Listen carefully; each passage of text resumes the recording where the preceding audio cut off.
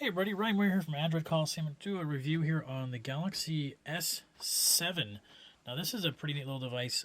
We have the always-on display now, which is kind of cool. And it does it all around. You'll see this actually move as it goes through. Now, if you've seen the S6, it's very similar to the S6. It does feel a slightly bit thicker than the S6 was. Otherwise, not a lot of substantive outside that you'll notice, except it does have that SIM tray with the micro SD slot, which people really apparently wanted. So let's get into it. It has a fingerprint scanner, obviously, so we can get into there. It's introduced a couple of features. One of them was this game launcher. So it comes up with these different little, if you install games, it knows what games or which apps are games. If you want to, there's a game that you install that's not listed, you tap in there to say, okay, what other games are in here.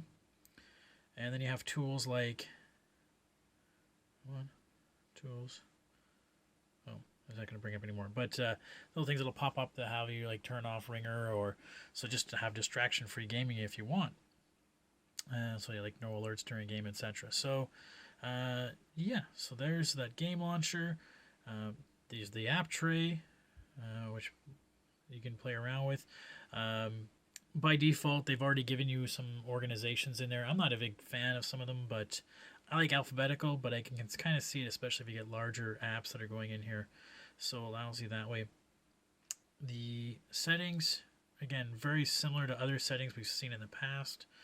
Not a lot of difference. Where it really has shined for me is the camera app. Again, not a lot of big difference. The fact that it's, you're like, oh, well, it's only 12 megapixels now. What the heck?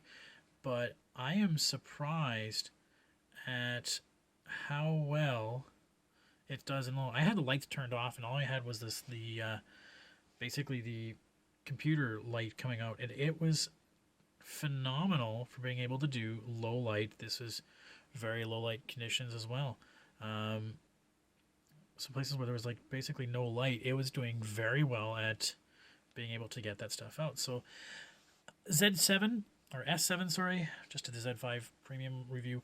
The S7 is very similar to the S6, except for a little bit of physicality difference. The little bumping on the edges here, I think, are a little bit different. The always-on display, and then the fact the camera has that just really phenomenal low-light condition options. So, yeah, I'll let you guys, I'll have a full review up on the website for you to take a look at later. If you have any questions, just shoot me an email. Thanks.